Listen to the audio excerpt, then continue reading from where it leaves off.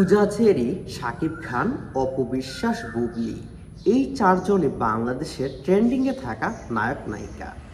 বিশেষ করে শাকিব খানের সাথে পূজা চেরির জুটিটা অসাধারণ ছিল, কিন্তু সেই জুটিটা ভাঙা পড়ল শুধুমাত্র শবনম বুবলির কারণে। এ বিষয় নিয়ে মুখ খুললেন জনপ্রিয় অভিনেত্রী অপু বিশ্বাস।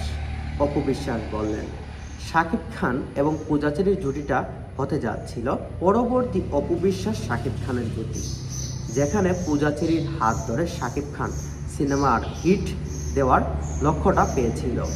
সেখানে বুবলির শাকিব খানের সাথে পারিবারিক কিছু ঝামেলা থাকার কারণে সেখানে পূজা চেরি এবং শাকিব খানের জুটি থেকে বঞ্চিত বা শাকিব খানকে সরিয়ে নেন।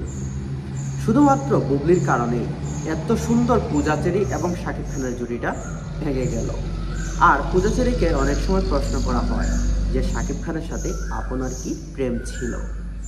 সেখানে পূজা চেরি হতাশ হয়ে উত্তর দেন, না ভাইয়া, প্রেম জিনিসটা এত সোজা না। যেখানে আপনি অনেক চেষ্টা করলেও করতে পারবেন না প্রেম, কিন্তু অনেক জায়গায় দেখবেন আপনার নিজের থেকেই প্রেম